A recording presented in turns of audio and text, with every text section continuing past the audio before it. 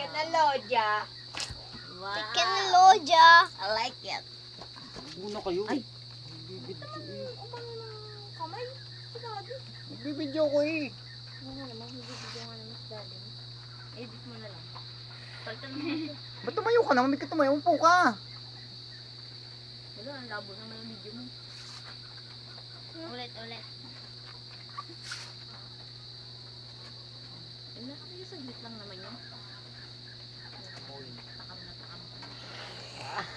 Yan ang nakakaiyak sa lahat ng ganyang content creator eh. Tama naman na.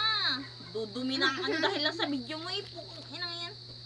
Buwisit ako pagka ganyan. Doon ako umiinit ang ulo eh. Naka-record yan. Gagi ka ka. Abay, di palitan mo ng... Salamat na.